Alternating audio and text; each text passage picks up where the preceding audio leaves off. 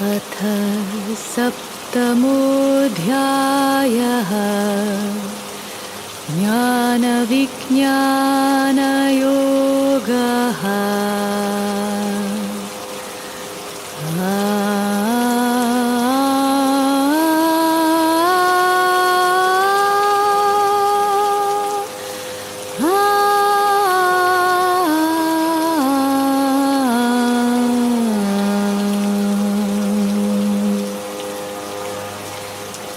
श्रीभगवानुवाच मय्यासक्तमनः पार्थ योगं युञ्जन्मदाश्रयः। मय्यासक्तमनः पार्थ योगं युञ्जन्मदाश्रयः। असंशयं समग्रं मां यथा ज्ञास्यसि तच्छृणु। ज्ञानन्तेऽहं सविज्ञानम् इदं वक्ष्याम्यशेषतः। यज्ज्ञात्वा नेह भूयोऽन्यज्ञातव्यमवशिष्यते। मनुष्याणां सहस्रेषु कश्चिद्यतति सिद्धये। यततामपि सिद्धानां कश्चिन्मां वेत्ति तत्त्वतः। भूमिरापो नलो वायुः खं मनो बुद्धिरेव च। अहङ्कार इतीयं मे भिन्ना प्रकृतिरष्टधा। अपरेयमितस्त्वन्यां प्रकृतिं विद्धि मे परां। जीवभूतां महाबाहो ययेदं धार्यते जगत्। एतद्योनीनि भूतानि सर्वाण्येत्युपधारय। अहं कृत्स्नस्य जगतः प्रभवः प्रलयस्तथा। मत्तः परतरं नान्यत् किञ्चिदस्ति धनञ्जय। मयि सर्वमिदं प्रोतं सूत्रे मणिगणा इव। रसोऽहमप्सु कौन्तेय प्रभास्मि शशिसूर्ययोः। प्रणवः सर्ववेदेषु शब्दः खे पौरुषं नृषु। पुण्यो गन्धः पृथिव्यां च तेजश्चास्मि विभावसौ। जीवनं सर्वभूतेषु तपश्चास्मि तपस्विषु। बीजं मां सर्वभूतानां विद्धि पार्थ सनातनम्। बुद्धिर्बुद्धिमतामस्मि तेजस्तेजस्विनामहम्।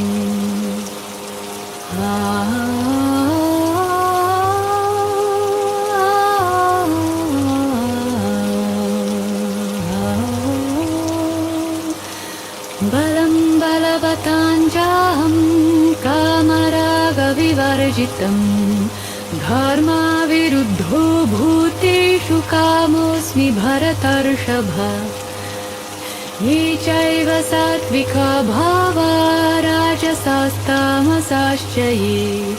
मत्त एवेति तान् विद्धि न त्वहं तेषु ते मयि। न त्वहं तेषु ते मयि।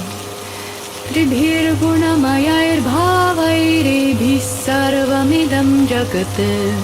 मोहितं नाभिजानाति मामेभ्यः परमव्ययम्। दैवी ह्येषा गुणमयी मम माया दुरत्यया। मामेव ये प्रपद्यन्ते मायामेतां तरन्ति ते। न मां दुष्कृतिनो मूढाः प्रपद्यन्ते नराधमाः। माययापहृतज्ञाना आसुरं भावमाश्रिताः। चतुर्विधा भजन्ते मां जनाः सुकृतिनोऽर्जुन। अर्थो जिज्ञासुरार्थार्थी ज्ञानी च भरतर्षभ। तेषां ज्ञानी नित्ययुक्त एकभक्तिर्विशिष्यते। प्रियो हि ज्ञानिनोत्यर्थम् अहं स च मम प्रियः। उदाराः सर्व एवैते ज्ञानी त्वात्मैव मे मतम् आस्थितः स हि युक्तात्मा मामेवानुत्तमां गतिम् बहूनां जन्मनामन्ते ज्ञानवान् मां प्रपद्यते वासुदेवः सर्वम् इति स महात्मा सुदुर्लभः वासुदेवः सर्वम् इति स महात्मा सुदुर्लभः वासुदेवः सर्वम् इति स महात्मा सुदुर्लभः कामैस्तैस्तैर्हृतज्ञानाः प्रपद्यन्तेऽन्यदेवताः तं तन्नियममास्थाय प्रकृत्या नियता स्वया यो यो यान्यान्तनुं भक्तः श्रद्धयार्चितुमिच्छति यो यो यान्यान्तनुं भक्तः श्रद्धयार्चितुमिच्छति तस्य तस्याचलां श्रद्धां तामेव विदधाम्यहम् सतया श्रद्धया युक्तस्तस्याराधनमीहते सतया श्रद्धया युक्तस्तस्याराधनमीहते लभते च ततः कामान् मयैव विहितान् हितान् अन्तवत्तु फलं तेषां तद्भवत्यल्पमेधसाम् देवान् देवयजो यान्ति मद्भक्ता यान्ति मामपि अव्यक्तं व्यक्तिमापन्नं मन्यन्ते मामबुद्धयः परं भावमजानन्तो ममाव्ययमनुत्तमम् नाहं प्रकाशः सर्वस्य योगमाया समावृतः मूढोऽयन्नाभिजानाति लोको मामजमव्ययम् नाहं प्रकाशः सर्वस्य योगमाया समावृतः मूढोऽयन्नाभिजानाति लोको मामजमव्ययम् वेदाहं समतीतानि वर्तमानानि च अर्जुन भविष्याणि च भूतानि मां तु वेद न कश्चन इच्छाद्वेषसमुत्थेन द्वन्द्वमोहेन भारत सर्वभूतानि सम्मोहं सर्गे यान्ति परन्तप येषां त्वन्तगतं पापं जनानां पुण्यकर्मणाम् येषां त्वन्तगतं पापं जनानां पुण्यकर्मणां ते द्वन्द्वमोहनिर्मुक्ता भजन्ते मां दृढव्रताः जरामरणमोक्षाय मामाश्रित्य यतन्ति ये ते ब्रह्म तद्विदुः कृत्स्नमध्यात्मं कर्म चाखिलम् जरामरणमोक्षाय मामाश्रित्य यतन्ति ये जरामरणमोक्षाय मामाश्रित्य यतन्ति ये ते ब्रह्म तद्विदुः कृत्स्नमध्यात्मं कर्म चाखिलम् साधिभूताधिदैवं मां साधियज्ञं च ये विदुः प्रयाणकालेऽपि च मां ते विदुर्युक्तचेतसः प्रयाणकालेऽपि च मां ते विदुर्युक्तचेतसः प्रयाणकालेऽपि च मां ते विदुर्युक्तचेतसः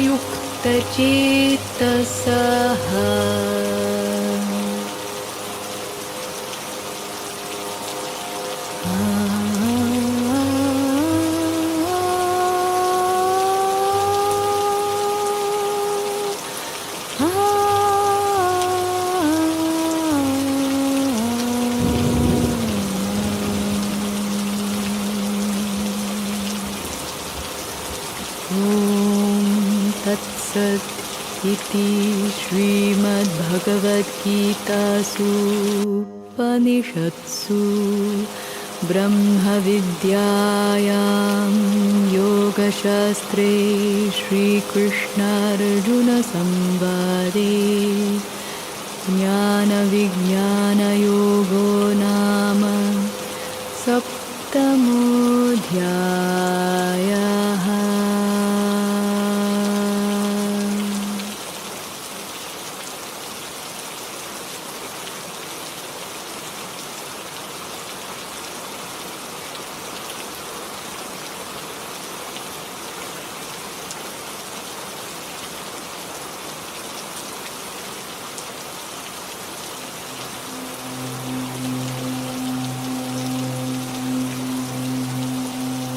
अथ अष्टमोऽध्यायः। अक्षरब्रह्मयोगः।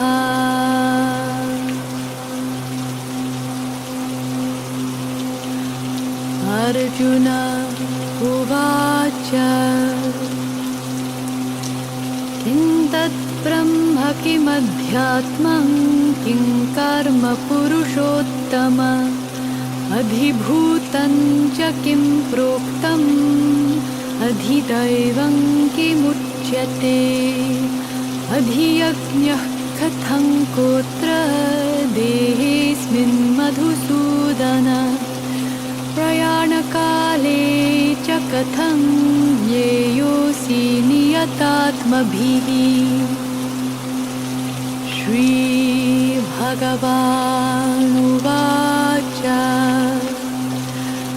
अक्षरं ब्रह्म परमं स्वभावोऽध्यात्ममुच्यते भूतभावोद्भवकरो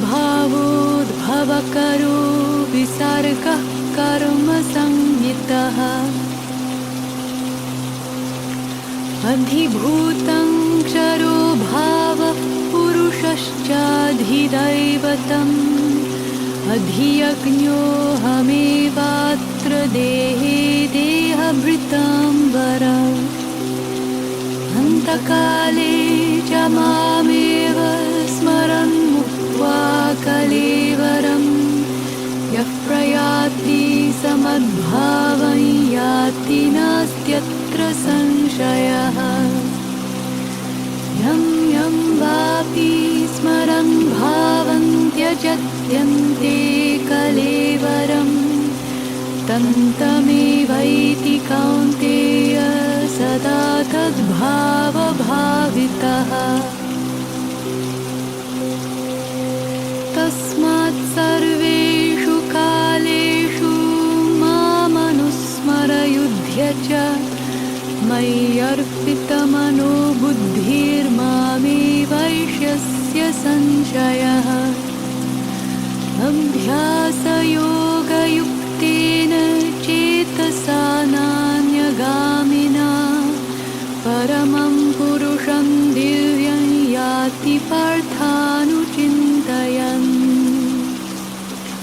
कविं पुराणम् अनुशासितारं मनोरणीयां समनुस्मरेत्यः सर्वस्य धातारमचिन्त्य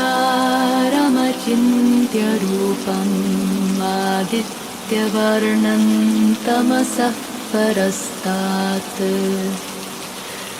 प्रयाणकाले मनसाचलेन भक्त्या युक्तो योगबलेन चैव भ्रुवोर्मध्ये प्राणमावेश्य सम्यक् सतं परं पुरुषमुपैति दिव्यम् तं परं पुरुषमुपैति दिव्यम् तं परं पुरुषमुपैति दिव्यम् तं परं पुरुषमुपैति दिव्यम् तं परं पुरुषमुपैति दिव्यम् यदक्षरं वेदविदो वदन्ति विशन्ति यद्यतयो वीतरागाः यदिच्छन्ति गच्छन्तो ब्रह्मचार्यं चरन्ति तत्ते पदं संग्रहेण प्रवक्ष्ये। सर्वद्वाराणि संयम्य मनोहृदि निरुध्य च मूढ्याधायात्मनः प्राणं आस्थितो योगधारणाम्।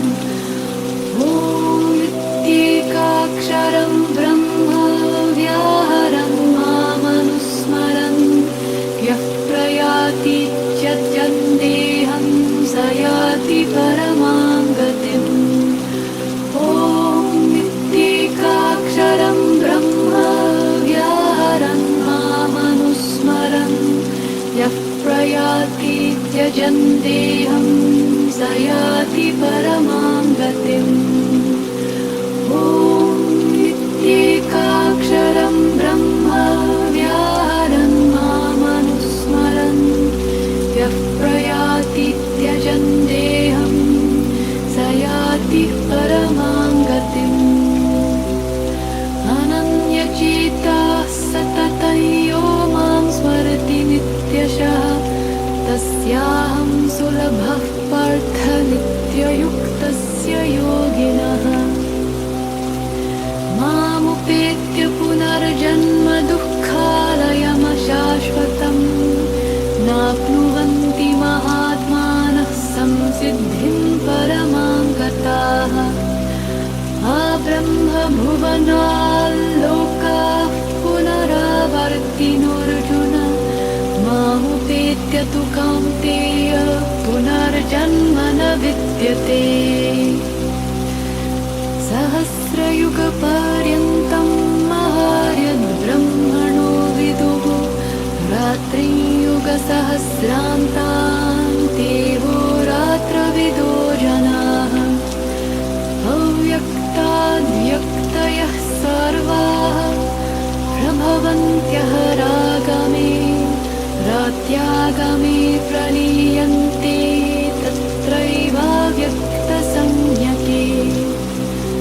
भूतग्रामः स एवायं भूत्वा भूत्वा प्रलीयते रात्यागमे वशः पार्थ प्रभवत्यः रागमे।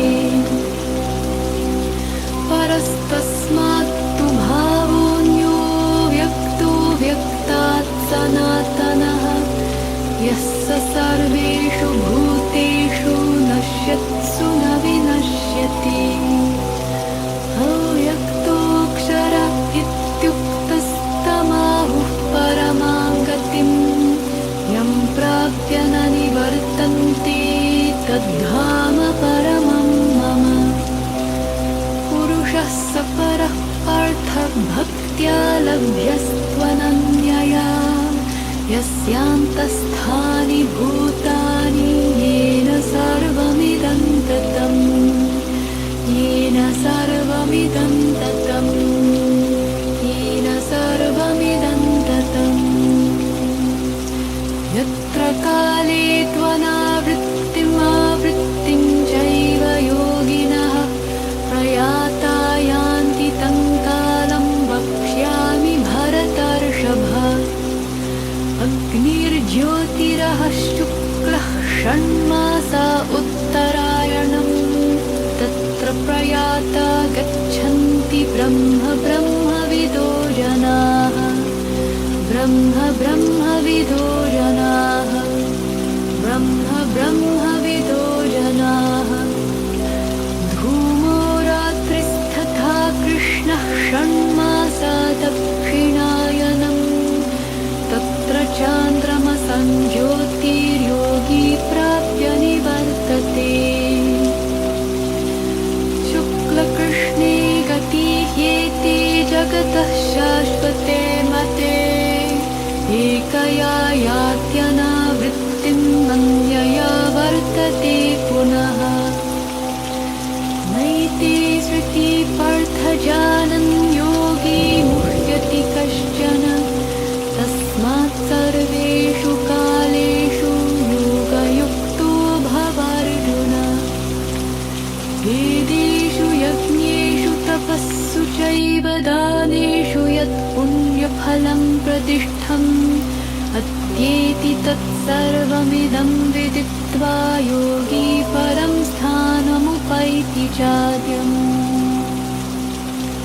वेदेषु यज्ञेषु तपस्सु चैव दानेषु यत् पुण्यफलं प्रतिष्ठम् अत्येति तत्सर्वमिदं विदित्वा योगी परं स्थानमुपैति चाद्यम् वेदेषु यज्ञेषु तपस्सु चैव दानेषु यत् पुण्यफलं प्रतिष्ठम् अत्येति तत्सर्वमिदं विदित्वा योगी परं स्थानमुपैति चाद्यम्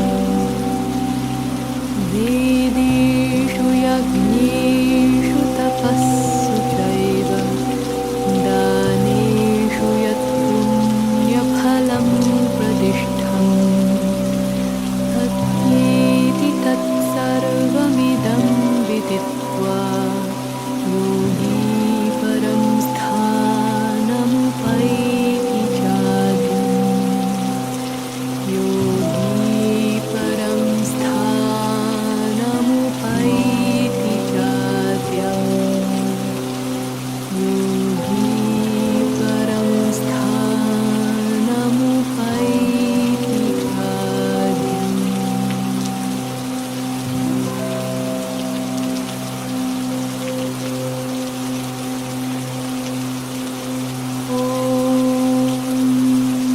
तत्सद् इति श्रीमद्भगवद्गीतासु उपनिषत्सु ब्रह्मविद्यायां योगशास्त्रे श्रीकृष्णार्जुनसंवादे अक्षरब्रह्मयोगो नाम अष्टमोऽध्यायः।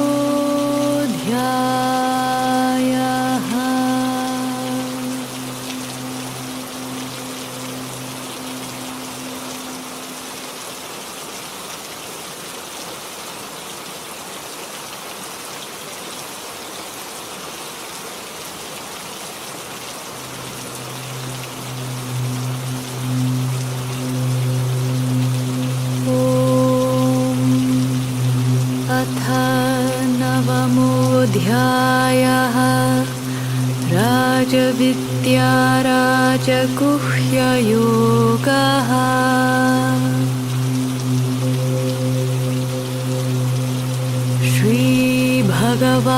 श्रीभगवानुवाच इदं तु ते गुह्यतमं प्रवक्ष्याम्यनसूयवे ज्ञानं विज्ञानसहितं यज्ज्ञात्वा मोक्ष्यसे शुभात्। राजविद्या राजगुह्यं पवित्रमिदमुत्तमं प्रत्यक्षावगमं धर्म्यं सुसुखं कर्तुमव्ययम्। अश्रद्धधानाः पुरुषा धर्मस्यास्य परन्तप अप्राप्य मां निवर्तन्ते मृत्युसंसारवर्त्मनि। मया ततमिदं सर्वं जगदव्यक्तमूर्तिना मत्स्थानि सर्वभूतानि न चाहन्तेष्वस्थितः न च मत्स्थानि भूतानि पश्य मे योगमैश्वरम्। भूतभृन्न च भूतस्थो ममात्मा भूतभावनः। यथाकाशस्थितो नित्यं वायुः सर्वत्र गोमहान् तथा सर्वाणि भूतानि मत्स्थानीत्युपधारय। सर्वभूतानि कौन्तेय प्रकृति यान्ति मामिकाम् कल्पक्षये पुनस्तानि कल्पादौ विसृजाम्यहम् प्रकृतिं स्वामवष्टभ्य विसृजामि पुनः पुनः भूतग्राममिमं कृत्स्नम् अवशं प्रकृतेर्वशात् न च मान्तानि कर्माणि निबध्नन्ति धनञ्जय उदासीनवदासीनम् असक्तं तेषु कर्मसु मयाध्यक्षेण प्रकृतिः सूयते सचराचरम् हेतुनानेन कौन्तेय जगद्विपरिवर्तते अवजानन्ति मां मूढा मानुषीं तनुमाश्रितम् परं भावमजानन्तो मम भूतमहेश्वरम्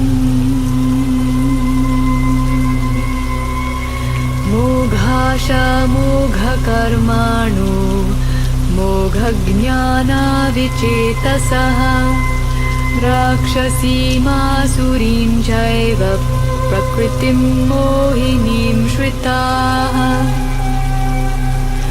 महात्मानस्तु मां पार्थ दैवीं प्रकृतिमाश्रिताः भजन्त्यनन्यमनसो ज्ञात्वा भूतादिमव्ययम्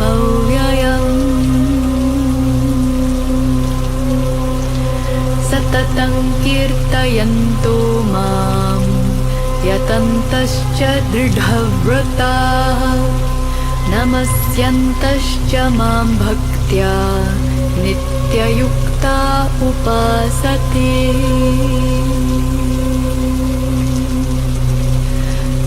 ज्ञानयज्ञेन चाप्यन्ये यजन्तो मामुपासते एकत्वेन पृथक्त्वेन बहुधा विश्वतो मुखम्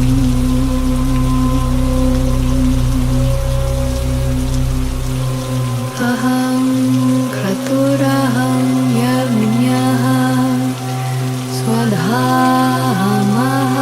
स्वधामहमौषधम्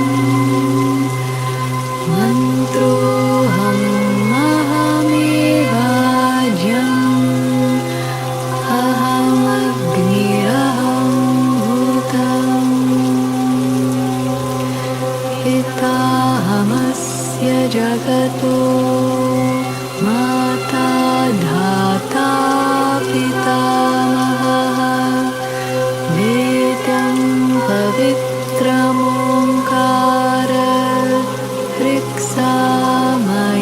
ऋक्सामयजुरेव च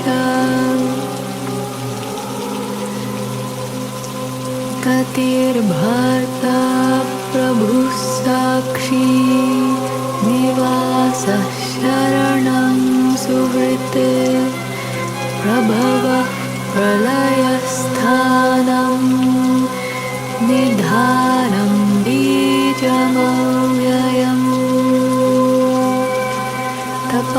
तपाम्यहमहं वर्षं गृह्णाम्युत्सृजामि च अमृतं चैव मृत्युश्च सदसच्चाहमर्जुन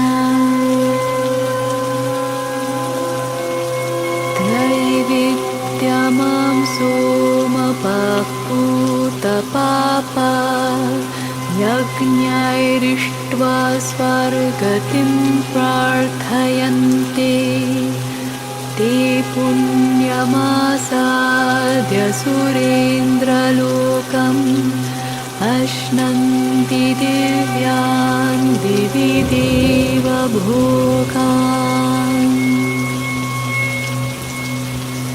ते तं भुक्त्वा स्वर्गलोकं विशालं क्षीणे पुण्ये मर्त्यलोकं विशन्ति एवं त्रयी धर्मं मनुप्रपन्ना गतागतं कामकामा लभन्ते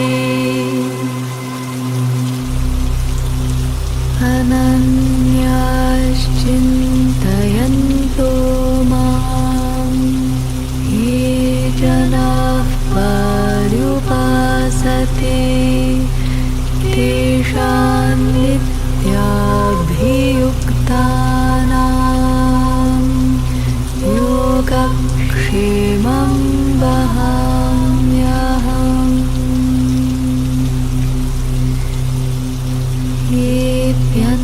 येऽप्यन्यदेवता भक्ता यजन्ते श्रद्धयान्विताः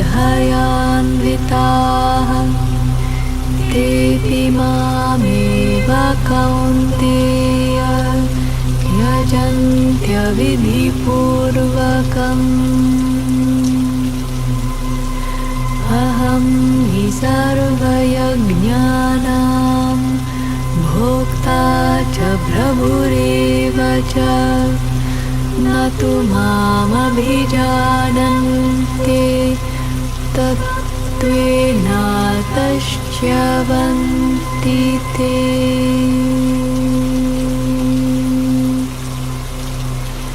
यान्ति देवव्रता देवान् पितॄन्यान्ति पितृव्रताः भूतानि यान्ति भूतेज्या यान्ति मद्याजिनोऽपि माम् पत्रं पुष्पं फलं तोयं यो मे भक्त्या प्रयच्छति तदहं भक्त्युपहृतम् अश्नामि प्रयतात्मनः यत्करोषि यदश्नासि यज्जुहोषि ददासि यत् यत्तपस्यसि कौन्तेय तत्कुरुष्व मदर्पणम्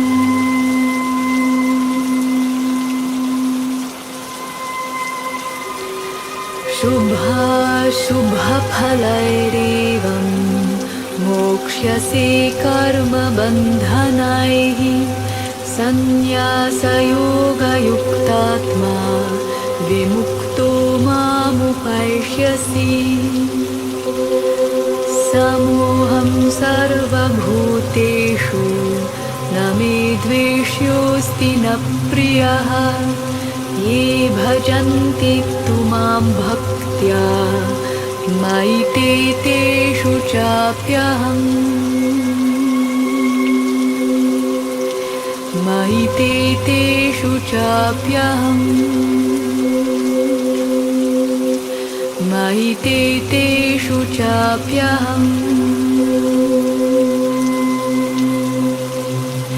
अपि चेत् सुदुराचारो भजते मामनन्यभाक् साधुरेव समन्तव्यः सम्यग्व्यवसितो हि सः क्षिप्रं भवति धर्मात्मा शश्वच्छान्तिं निगच्छति कौन्तेय प्रतिजानीहि न मे भक्तः प्रणश्यति मां हि पार्थव्यपाश्रित्य येऽपि स्युः पापयोनयः स्त्रियो वैश्यास्तथा शूद्रास्तेऽपि यान्ति परां गतिम्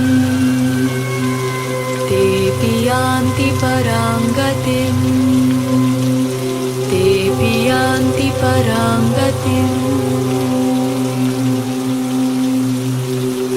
किं पुनर्ब्राह्मणाः पुण्या भक्ता राजर्षयस्तथा अनित्यमसुखं लोकम् इमं प्राप्य भजस्व माम्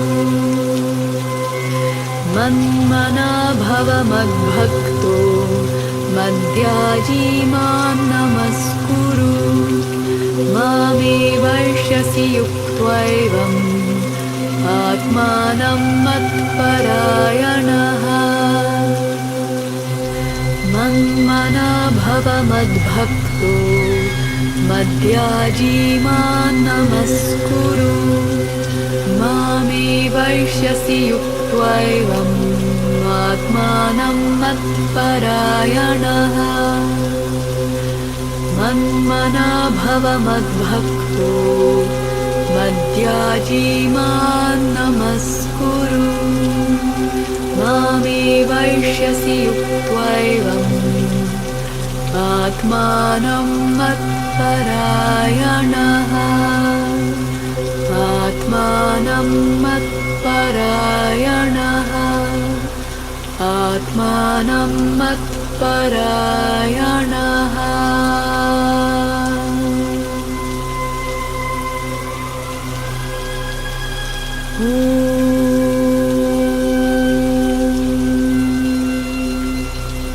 तत्सद् इति श्रीमद्भगवद्गीतासूपनिषत्सु ब्रह्मविद्यायां योगशास्त्रे श्रीकृष्णार्जुनसंवादे राजविद्या राजगुह्ययोगो नाम 9मोऽध्यायः।